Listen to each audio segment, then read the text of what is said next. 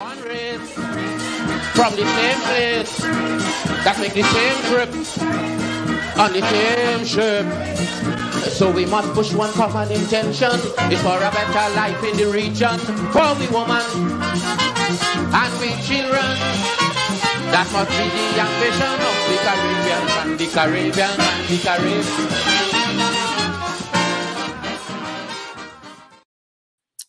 Good evening and welcome to this evening's edition of Politics 101. It's an open word edition.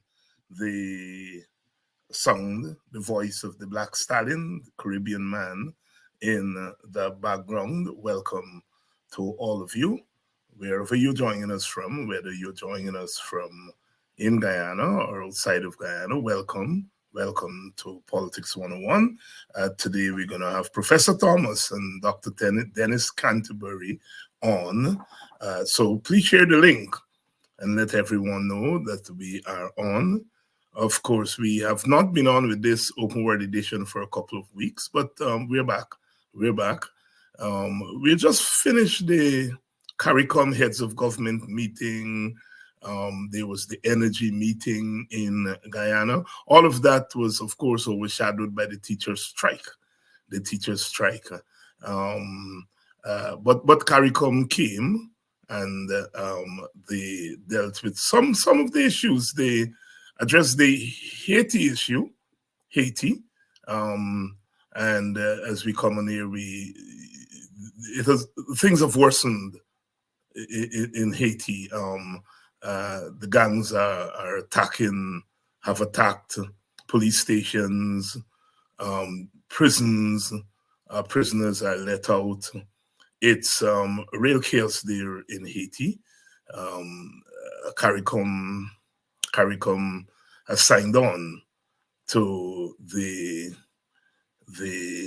plan of the big countries to have elections by May, because as you know, there have not been elections. There's literally not a government. There's literally not a government there. And so CARICOM is working with the United States and other countries to see if they can get elections by May. We also saw CARICOM come out for the first time and call for a ceasefire in Gaza. The first time we've seen the heads of government really speak with one voice on that issue. Those are the two big issues for me that came out of the meeting. Of course, they are also talking about free movement of CARICOM nationals by March of this year. A year ago, when they met and they made a decision, we discussed it on this program, and it seems as if they're on track. They're on track. So they're saying, when we're in March already. So by the end of March, I think is what they're predicting, that we should begin to have a free movement of CARICOM nationals. That's the CARICOM meeting. We know that President Lula from Brazil visited, and he was bold enough to ask that there be a balance. There be a balance between investment in people and investment in infrastructure. Of course, Lula being someone who comes out of the trade union movement, one would expect that visiting with a strike on, he's not going to miss that. The CARICOM people did not say very much about the domestic situation in Ghana. They didn't say anything about what was happening. It's as if they were here and a strike was going on and they didn't notice it. Oh boy, oh boy, oh boy, oh boy, oh boy. Lula also talked about industrial relations. You know, he talked about the right to strike. And he was pointing out that in Brazil, the right to strike is enshrined in the Constitution of Brazil. So welcome to Politics 101, just some of the big issues. We'll probably get Professor Thomas to give us a little insight in on a couple of those issues. Of course, on the oil front, we have the Chevron and Hess situation, which is very much in the news, and our government, you know, what's in that Chevron Hess situation there. What's in it? What's in it for the Guyana government? What are the implications? We are going to be chatting a little bit about that. And of course, we can't avoid the teacher strike. The teacher strike is temporarily off. I say temporarily because that's my reading. But there was a major development in this strike, in that the teachers had gone to the court asking for relief from the threats of government, threats against the workers to deduct their salaries, deduct monies from their salaries, the striking workers, and also to stop the checkoff system, the government endeavoring to punish the workers, punish the teachers by taking out monies from their salaries and punishing the union.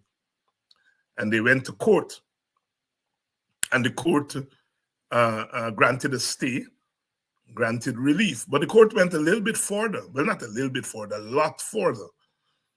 When the government attempted to flout the court's order, the court summoned the CEO there and scolded him, reprimanded him for contempt of court. Many people felt that the court could have gone forward and threw him in jail. But it was a major development. And then the court went even further. The court invoked an inherent clause which allowed the court to, in a sense, initiate mediation between the two parties, meaning between the union and the government. Now, note that it's the Ministry of Labor that is charged with mediation, and in the absence of the Ministry of Labor carrying out its duties, the court stepped in, appointed two mediators, and got the two sides to come to the table. And they came out with an agreement. And the agreement is significant, for one, that the government will come to the table and honor collective bargaining. That was the first demand of the teacher, and it was a demand that the government did not want to honor. So the agreement signed under the supervision of the court is that there will be initiation of collective bargaining 48 hours after the teachers return to work. And as we speak here, that process is about to start. Of course, the teachers would not have their salaries deducted because that matter is ongoing in the court. So the status quo remains. Another significant thing in the agreement, of course, as we have been covering on this program, is that the talks would include finances, meaning include wages and salaries. The government had claimed that they were talking to the union. The union said, you were talking to us, but you weren't discussing wages and salaries. No, the talks must include wages and salaries. So that's, it's there. The court play in an important role. Welcome to you all, and please share the link. Please share the link. Politics 101 or Open Word edition. Open Word, as the old timers would know, used to be a Monday news sheet published by the Working People's Alliance in the old days. In those days, the opposition did not have access to newsprint. There weren't private newspapers. And the WPA had two news sheets, one called Day Clean and one called Open Word. Open Word.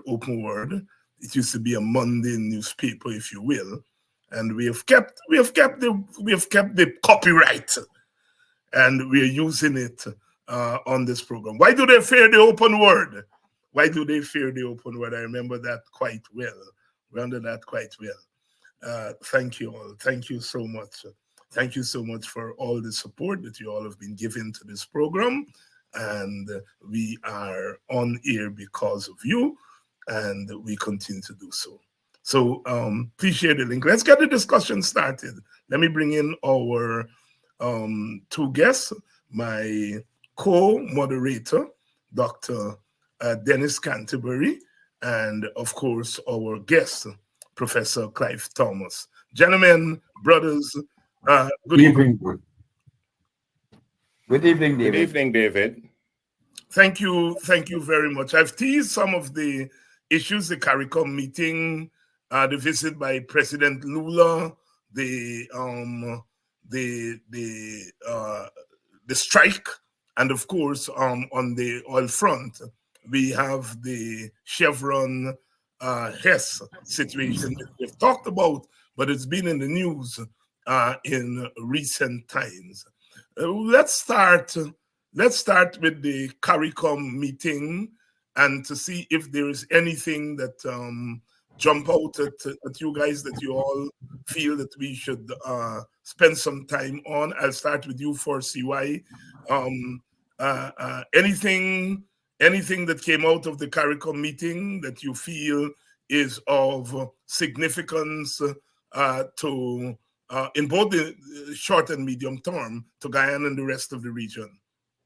There was one thing which Dennis mentioned at the meeting that we both attended. Yeah. The Lula reference.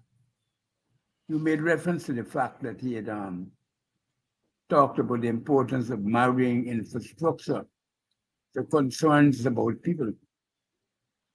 And Dennis had asked at a meeting I attended for a statement to be made on that.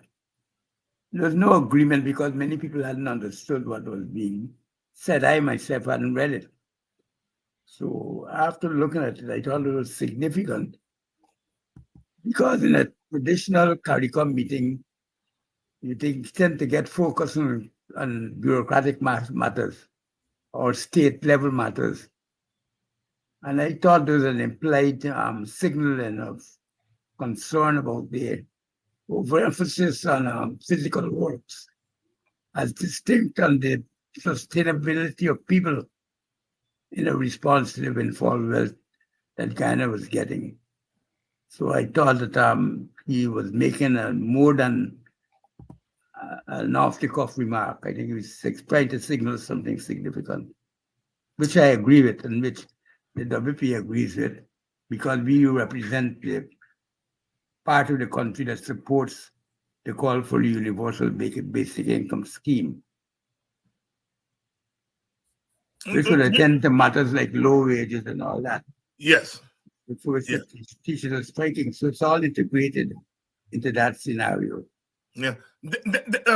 Dennis Canterbury, Dr. Canterbury, let me bring you in here because as CY said, you paid attention to what President Lula had to say. What are your thoughts on the fact that President Lula went there in the first place?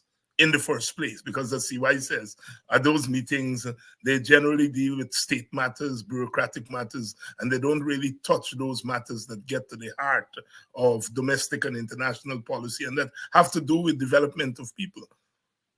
Yeah, I agree with what CY said just now. In fact, it's quite interesting to know that President Lula, who is a leading player in the BRICS, the alternative movement that is taking place now at the global level, can have something like that to say about Guyana. And because human development and the development of the people as such is significant, and you couldn't put concrete over people. It's not that doing it. Unless you're burying them. Exactly. You know, you can't do that. So So I do agree with CY. But I was looking at the CARICOM. There's quite a lot of issues they covered here, right? In addition to the ones that you raised, David, I was attracted to things like the maritime, regional air and maritime transportation, which would of course include. I see there is much talk about the bridge to the mountain between Suriname and Guyana and the ferry. So with the ferry, and I think those are important developments that bring more people into touch with each other, easy transport and communications, right? And besides the transport, there is also this whole notion of Haiti, as you mentioned, as well as reparations. Is a wide range of issues that they cover that I think are of importance and relevance to what we're doing in Guyana. Yeah. Let me go back to CY because I have listened to some so-called economists who are saying that this issue of development of people is really old economics, and that the new economics has to be the investment in infrastructure. A lot of people point to places like Singapore, and they point to the old United States that invested in roads and infrastructure and so forth. And to say that a place like Guyana, which has been held back developmentally because of a lack of adequate infrastructure, that the new trend in economics is to move in that direction, and that the emphasis on people is an old economics of the 1970s and 60s. CY, how do you respond to that? And first of all, it is textually incorrect. There's an old economics. So I won't bother to waste my time with that. And secondly, you can walk and chew gum. I mean, why governments can't do many things? That's their purpose, to do many things. So increasing the range of challenges doesn't make the challenge any more difficult or less difficult. You're trying to get to the heart of the difficulty that is impeding the growth and development of your system or your economy. So wherever it takes you, you have to go. Dennis? One or two legs don't make any difference. Don't make any difference. Yes. Dennis? Do both. Yeah, this is a very important question that you're raising there, and I think that those who argue in the way that you suggested there are missing the boat, in the sense that now when you look at the literature and actual concrete experience in Guyana, you could go back to colonial days.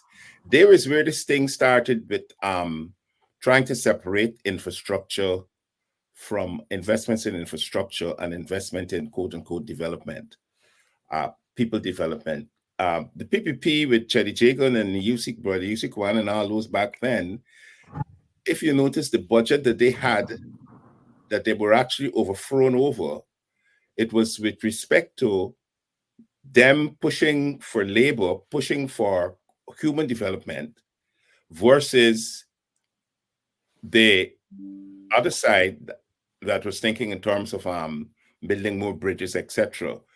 But my own view on this is that you can chew gum and walk. This is what Clive meant just now, because basically the two things can enhance each other, but you can't have an overemphasis on one when people are hungry. And many of those countries with all those big fancy buildings that are empty, and people are still poor. So you don't really see why I say we can't really, as he said, suggested, waste our time over an issue like that, because we know in the final analysis it's people that build those buildings. People got to occupy those buildings. People have to work in those buildings, create the systems and the structures, etc. So you cannot have buildings without people, if you're thinking logically, you got to put people and then buildings. Yeah, and see why I got a question from one of our regular viewers while we were off for the couple of weeks, and to ask whether the Arthur Lewis model of industrialization by invitation is still relevant, and if it's a model that we in Guyana could use right now. Would you care to comment on that? Well, that's a real throwback to the days when we were looking for capital all over the world, because what we are faced with now in Guyana is an abundance of capital. We have windfall wealth that we cannot spend effectively. We cannot spend it efficiently. We cannot even spend it in a way that is worthy of saying that we're spending it.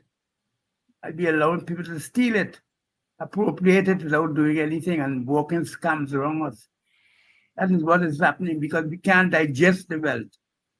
And that is why we're fighting to get a program of universal basic income. So some of these underlying problems, like the teachers working for a pay that is not worthy of their job, cannot continue to exist. Because if you had a universal basic income of whatever size, and we start at 5,000 US per annum per household, that would take the salaries of the teachers outside the minimal level which it is now.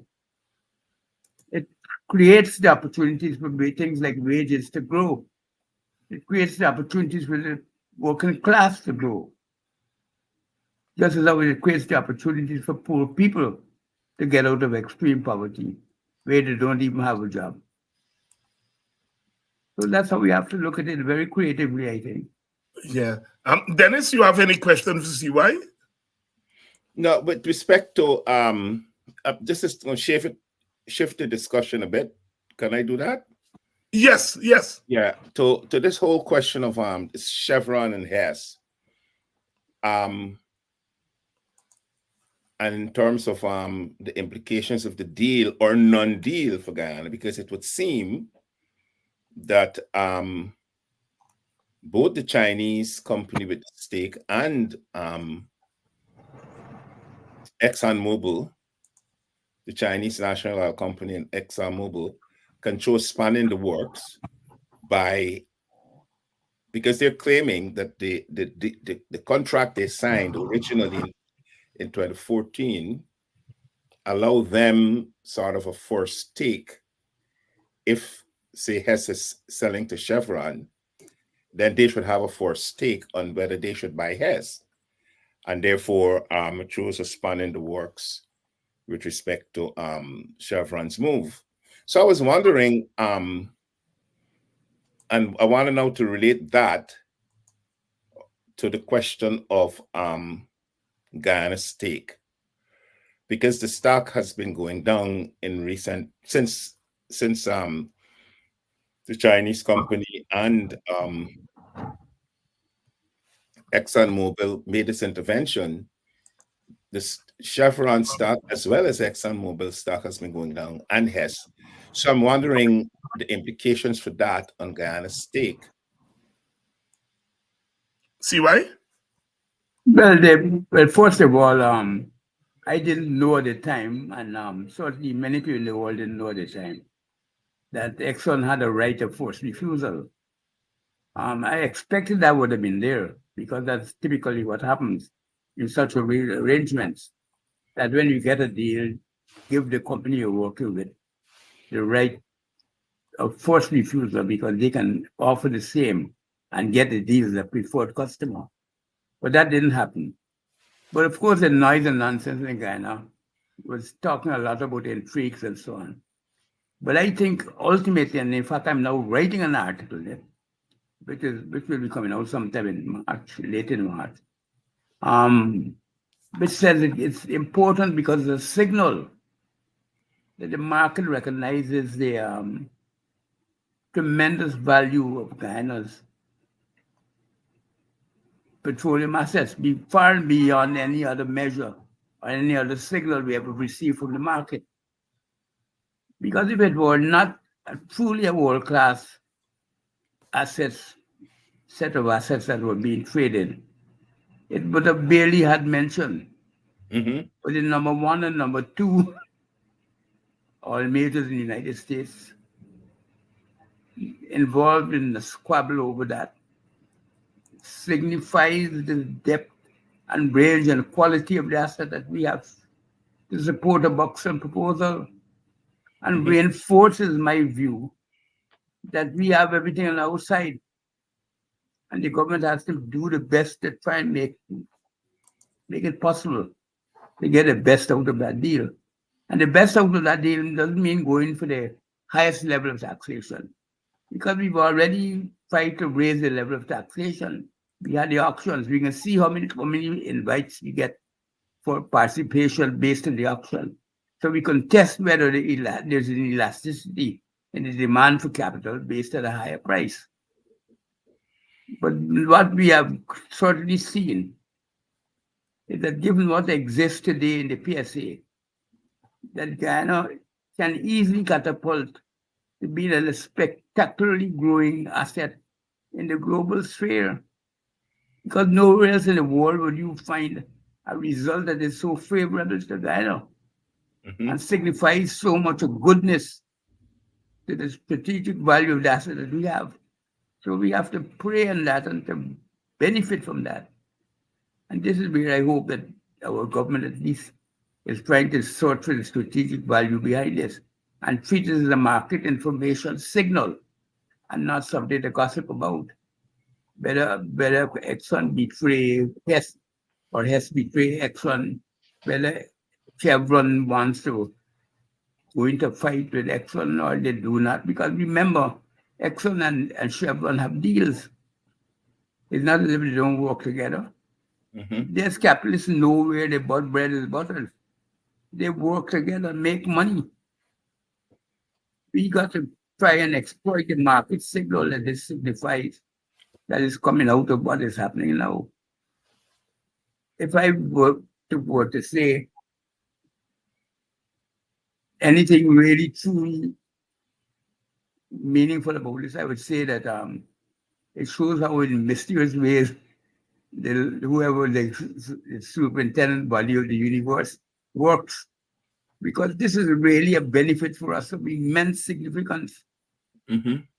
We can go and testify, look, we are so important that the number one and two majors in the US squabbling for our little 30, 50 billion barrels of oil. That is tremendous testament to the quality and capabilities of what we have now. Yeah, and that is why I say that strengthens our hands for calling for the Buxton proposal, and therefore demonstrating without any equivocation its affordability. Dennis? Yeah, and I was also thinking about the sort of if they're squabbling at the international level over this asset, that they themselves recognize this is Chevron in its documents are saying, yeah, this thing is really. And they're the one that has the lowest estimate of what the value is. Yeah, right. They And could be putting out for over 2 years, there's only 11 billion barrels. Right. I've estimated over 28 to 30 billions. The government estimated 25. But they're private investors running firms that are estimating well over 50. And all this is a signal that clearly that we're on the right side. Yeah. And so if there's laying down the assets value and the quality because they don't want competitors in. Yeah. This is a tremendous market signal. And I think we should be drawing the benefits from it. We should be pussyfooting. Yeah. Go ahead, Dennis. Sorry, I thought you were finished. I agree.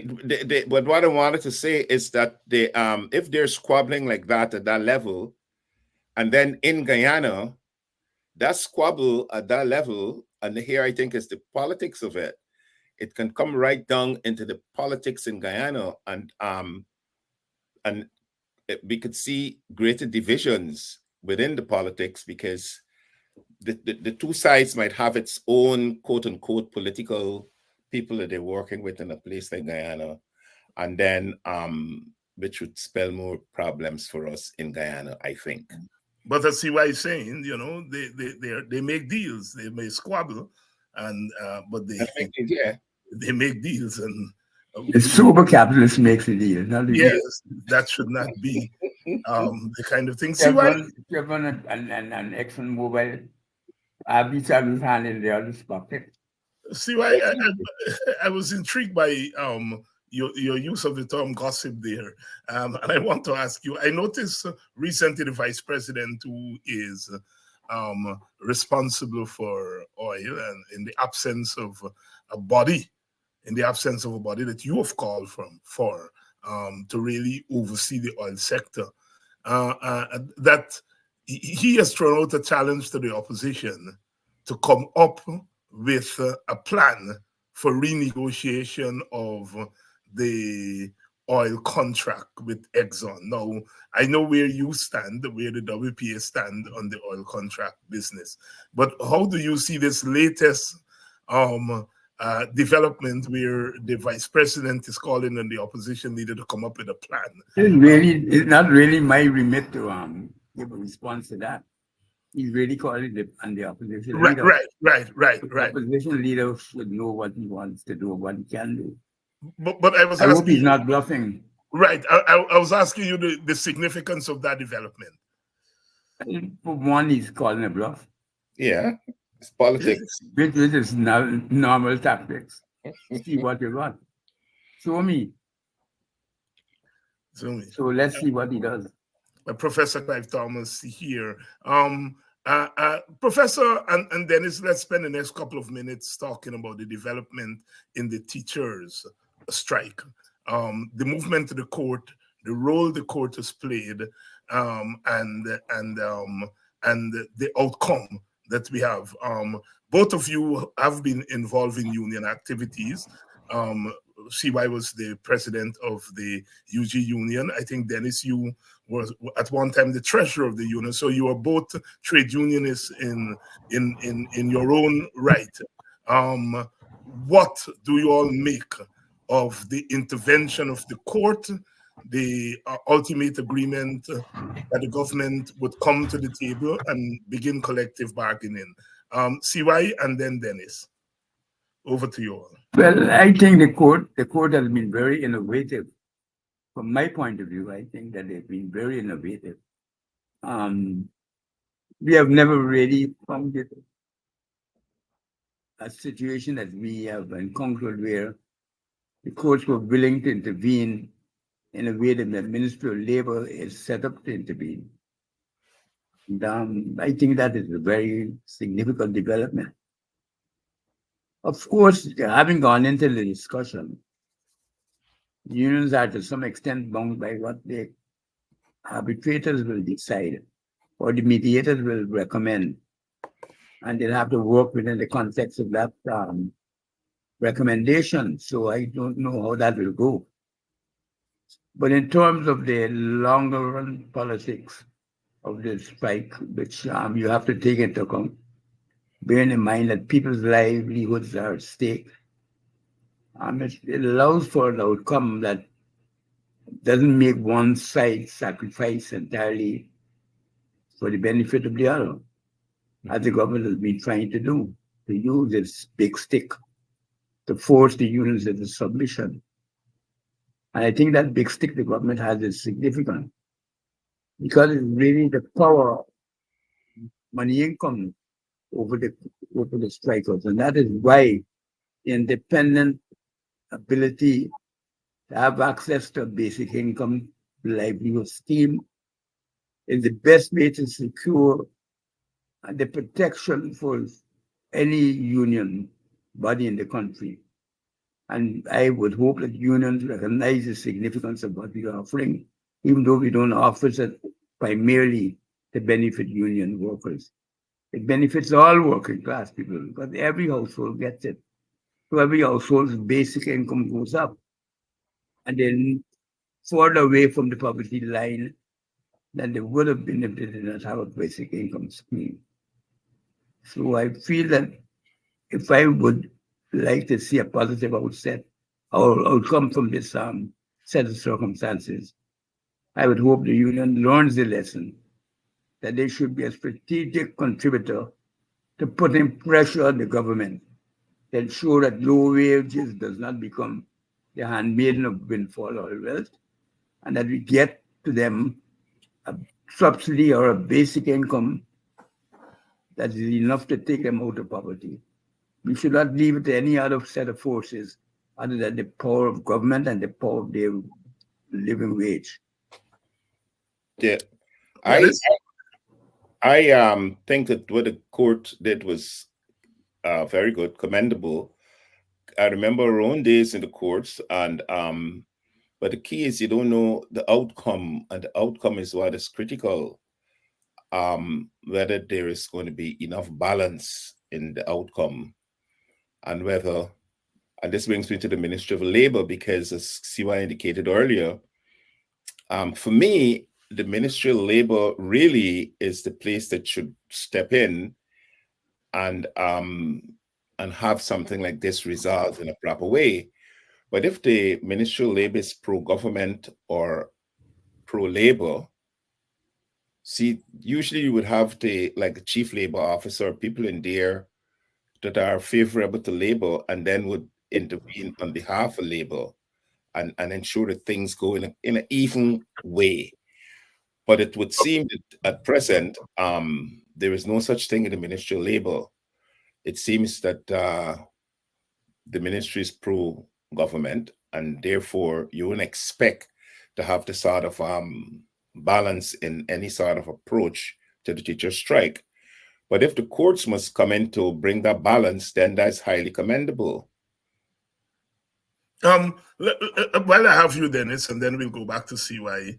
And CY touched on a very important point, and he's talking about the unions being proactive. And you, Dennis, and I, and CY before us, we, in a sense, grew up on union activism. I made reference last week to the 4 unions, which then became the 6 unions. And so it was not just the TUC, it was unions that share similar outlook coming together on industrial labor issues. And it was a time of union activism, and CY made reference. Could this initiative by the teachers,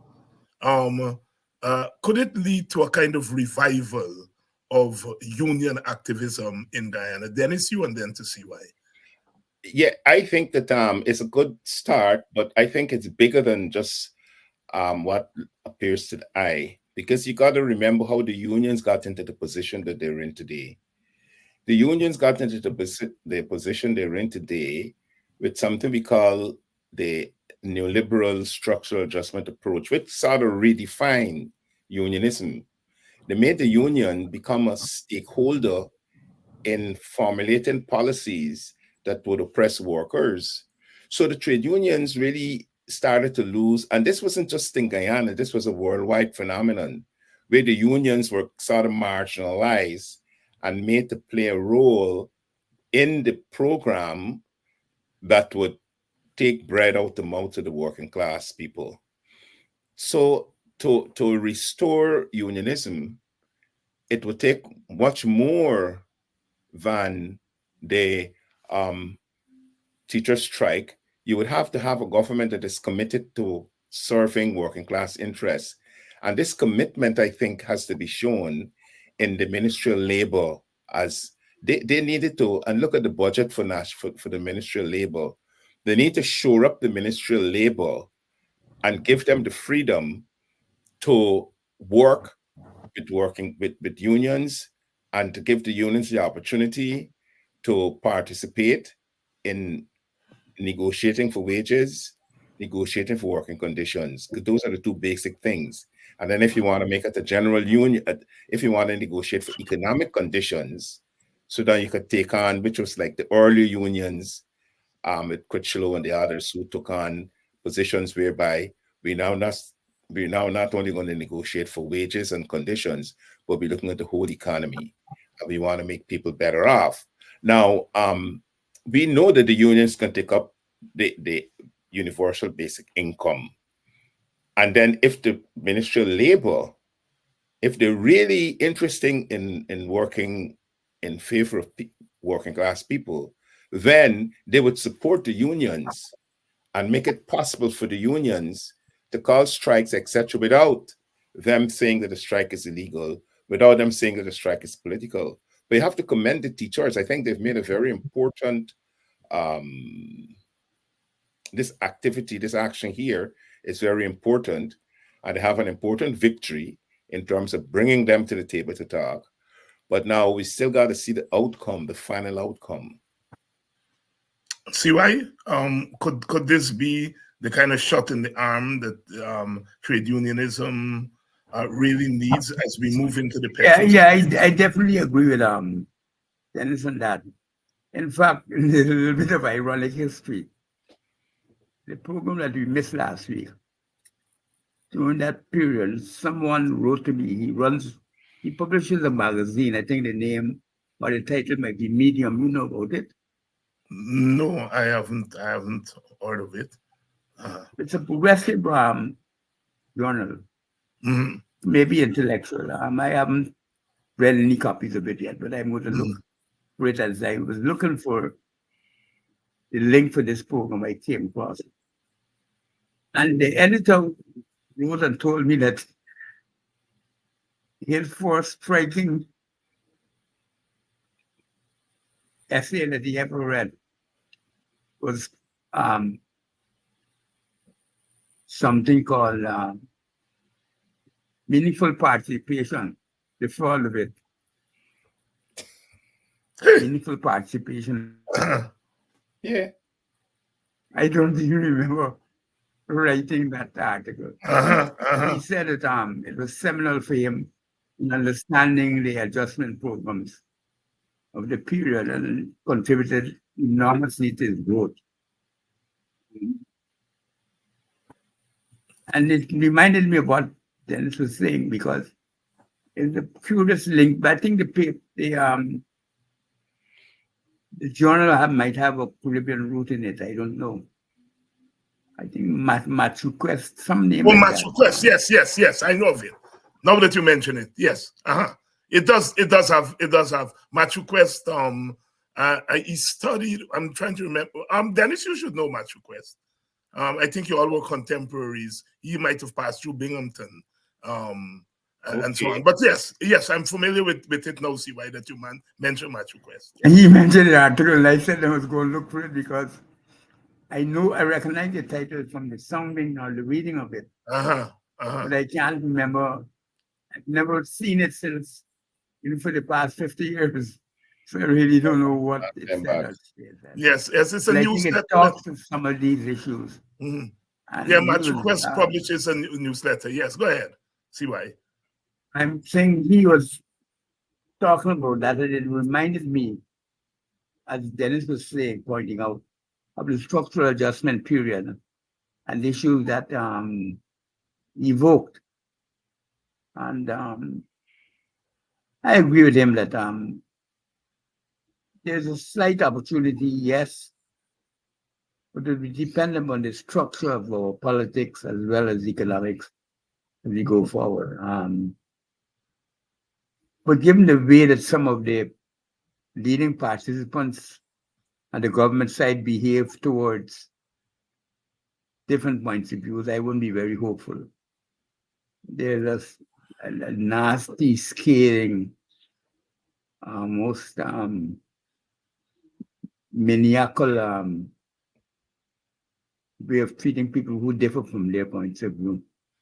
So there's no dialogue, no exchange of views, just exchange of hatred and diatribe. So it would require some practical dialogue to move a process like that along, because you have to adjust to so many different sectors of society.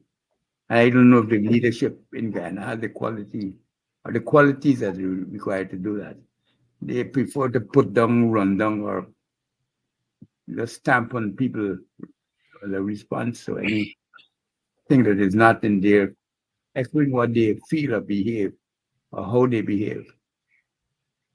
But there's an opening for something like that. There is an opening, Professor Clive Thomas here, along with Dennis Canterbury, on tonight's edition of Politics 101, our open word edition of Politics 101. And it's good to have you all here. Structural adjustment. Yes, I know you all have been hearing that term a lot.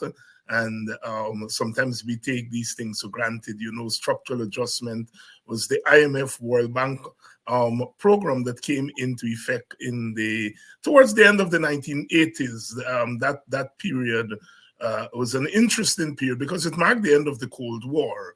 But it also marked the beginning of the IMF World Bank intervention in countries and economies like ours in the Caribbean and in Africa, in Asia, and so forth. And the program that they introduced was referred to as structural adjustment. They were structurally adjusting the economies of our countries. The argument was that the nationalist agenda that a lot of countries experimented with, things like nationalization, things like universal free education and so on, the argument was that those programs had failed and they had bankrupted our countries, our economies, and that we needed to go in another direction. We needed to adjust structurally. And of course, in our Guyana, the first casualty or the first victim of that structural adjustment was the Hoyt administration, which had succeeded the Burnham administration. Burnham, of course, died in 1985, and Hoyt came in, and you had people like Carl Greenidge as the finance minister, and they came up with the Economic Recovery Plan, ERP, which was presided over by the IMF conditionalities. We had things like massive devaluation of the currency, the removal of subsidies. I remember as a little boy, because for years we had things like sugar. It was £2 for 7 cents, and so on. All those things were removed. The emphasis on the private sector. We had a massive retrenchment of workers from the public sector, and so forth. And it indeed was a new direction that took up. The Dragon government came in 1992, and they really continued it. They were critical of it while in opposition, but they continued it. And so in many regards, we really are reaping, if you will, the consequences of the structural adjustment program. In those days, the IMF and the World Bank were bad words. Bad words. I mean, I remember growing up not wanting to hear of the IMF and the World Bank, and it took some doing on the part of people like myself to begin to quote from the World Bank report and the IMF report and so on. But when we talk about structural adjustment, that's what we're talking about. See why, it's coming on 40 years. And I know because I intellectually, academically, then grew up on Rise of the Authoritarian State, published in 1984, and then The Poor and the Powerless, which I think accompanied the transition to structural adjustment, published in 1988, as I remember it. And I remember those things being staple as I entered graduate school at the turn of the 1990s. And perhaps I can ask you here to look back, because it's coming up to 40 years, to look back on that transition from what I'm calling the period of nationalist economics, the New World economics that you were very much central to, and the movement to the structural adjustment. And here you are, the movement to a petro state, in which we are now talking about things like universal basic income and so forth. So in many regards, I think you have spanned three, if you will, incarnations of our economic trajectory, and you've been central to it. Reflect on, where we have been in the last 40 years of structural adjustment. Are we coming out of See why before you answer, you got to go back to the colonial days. You got to start from briefly. I would say right? that but see what I want to hear your take on structural adjustment, how it evolved over time, and where we are now. I think we will have to start another discussion for that. Yeah. It was a very long thing, but once I feel that your readers might or your listeners might like to know is that a lot of this merged into the consideration of issues centering on poverty and development. Yes, and that's where I wanted you to go. And the role of the global dependence syndrome, the growth of the global economy, and its effect on suppressing the development of mineral and agricultural and those type of exporting economies we had in the Caribbean. That's where it turned into. Because you remember for a long period, the IMF and the World Bank shifted what is called a poverty reduction strategy papers. Yes. And they wrote many, many insightful papers that focused on trying to eliminate poverty. And in fact, produced some of the earliest and most significant data we've ever had on the state of poverty in Guyana.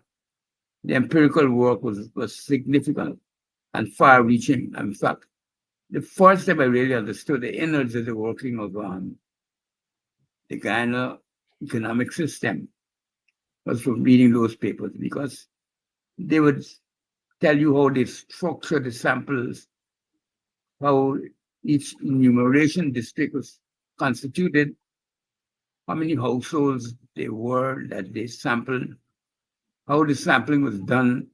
All those details were filled in those early studies. And they gave us a surprising range of data that was very helpful in the further understanding and development of a politics and economics for Guyana. Yeah. And I think some of the pivotal work with transition more to the very modern stages, I've tried to write about.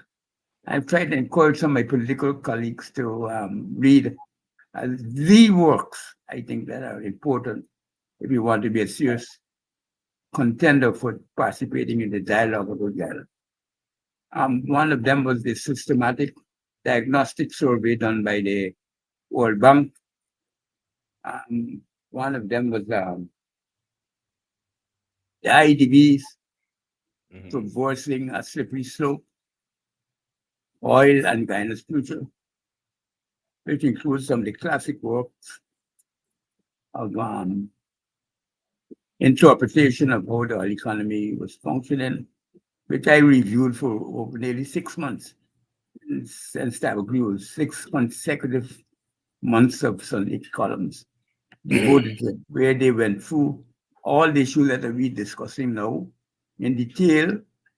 People, of course, they want to read it, they're lazy, so they never read it. And many of those issues remain stagnant now, because the further we go from 1990, the less and less people are interested in these things. And that's where I wanted to go, see why, because as I hinted, maybe a next one. Yes, as I hinted that when the structural adjustment conditionalities really kicked in, people of our generation, my generation, then is we hated the IMF and the World Bank, and we didn't want anything to hear anything. But then they were challenged. It took me a long time before I would ever cite them as a reference. Yes, I know. I know. Because they were the genuine source of the data. That's right.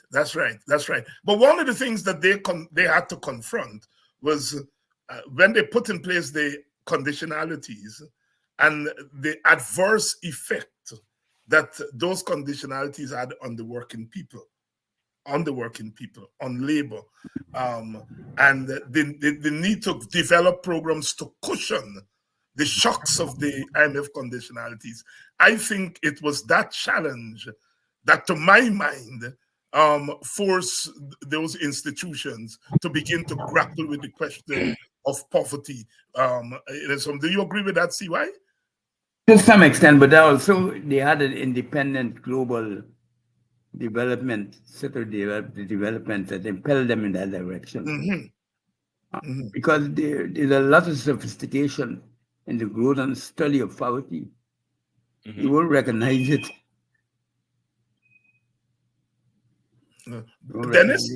Dennis? Yeah. Yeah. You know, one of the things that you should recognize as well is that the shift to poverty is recognized as more of a sort of a you give a man, you cut a man foot off and give him a pair of crutches. So that, because the emphasis on poverty alone is not it's not what some people are calling for, because they're calling for a more comprehensive development program that includes poverty alleviation. And if you read and understand the universal basic income as CY is putting out, as CY is talking about and proposing, it goes beyond just some kind of a monetary income to take care of people everyday needs in terms of cooking, etc. Because it includes things like freedom, it includes things like capabilities, it includes things like accessibility to different things, and not just the money income. So that the emphasis and the focus on poverty by these institutions is very good, commendable, but it's not enough. In fact, what is being proposed in some circles is to have a more comprehensive plan, so that the poverty must not be separated out. Poverty alleviation should not be separated out from development. Because the reason why initially they were laying off workers, etc., is because they believed that workers were getting too much welfare. And if you get this welfare, then it's bad for development because you don't make enough profit. So in order to make the profit, you cut the benefits, etc., etc. You get the benefits, and then you could take the money that you earn to spend to help people out of their poverty. But I think one of the positions we got to recognize is that some people are claiming that you need to have poverty and development as two planks in a comprehensive development plan, and not separate them out. So you can't separate human welfare from the question of development. It's back to the question of infrastructure versus that's poverty alleviation. Yeah, you see, because you can't separate the two things out. Right. The two things got to go together. Professor Dennis Canterbury, along here with Professor Clive Thomas. Tonight we are talking about a range of issues, but we are coming at it from the political economy standpoint, and we are dealing with a range of issues. Let's close out with a little reference to Haiti, because Haiti came up on the CARICOM agenda, and so much is happening in that country, and there has been renewed urgency, if you will, to bring some kind of change to what's happening in Haiti. CY, any thoughts on Haiti? Well, I think that, like the other topics, I think this will need a little more considered discussion. Because I was speaking to a friend just before this meeting, who has a lot of contacts in Haiti, does a lot of work, advisory work in Haiti. And he blames the Americans to a large extent for what's occurring in Haiti now, because they didn't follow the proper constitutional procedures, Yeah. because the transfer of power should have gone through the Chief Justice. But the Americans, he argues before to have a puppet prime minister. And in doing so, they broke down the continuity you need for law and order and set the country back 100 years. So he is very bitter about it. He's Guyanese. But we are very close together. Yeah. Very close friends, going back to long before matter was created. That far back. Simon see, Angoy is his name. yes, yeah, I yeah. have told him that. That's a very, very true observation, and it's something that people in Haiti, the regular man and woman in the street, feel strongly. The last 2 times I visited Haiti in quick succession for conferences, I remember staying at the conference was held at this hotel, and when we got there, we saw people outside picketing the hotel and picketing. What's going on here? And it turns out that the hotel was one of the buildings that was built by the American government with monies that they had raised for the post earthquake, Haiti. And the people of Haiti were arguing on the streets that the Americans were more concerned in using the money to develop capitalism and so forth rather than helping the Haitian people. Yeah. They pointed to the hotel as a principle, and they were objecting to us holding a Caribbean conference at the hotel. Of course, the organizers of the conference had no idea of this firestorm on the ground. So there's a very healthy response among Haitians to who they feel are to be blamed for the situation there. Dennis, your preliminary thoughts on the Haitian situation?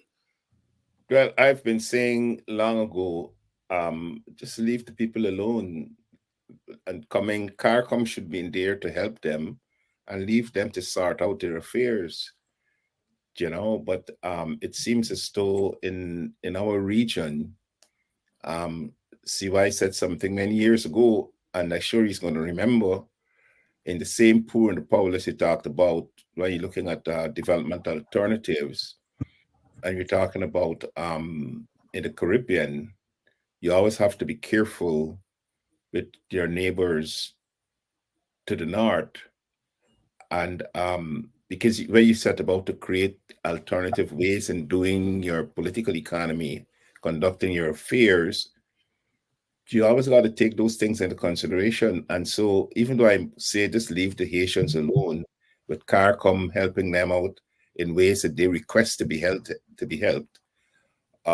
I think that's the direction for Haiti, rather than having all of these different agencies at work and changing governments and what happened to Aristide, and so it's really a mess. It's really a mess there in Haiti.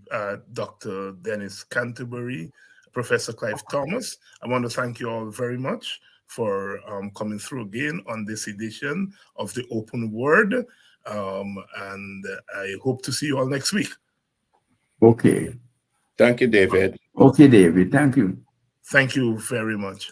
And thank you all for tuning in to our edition or open word edition of Politics 101.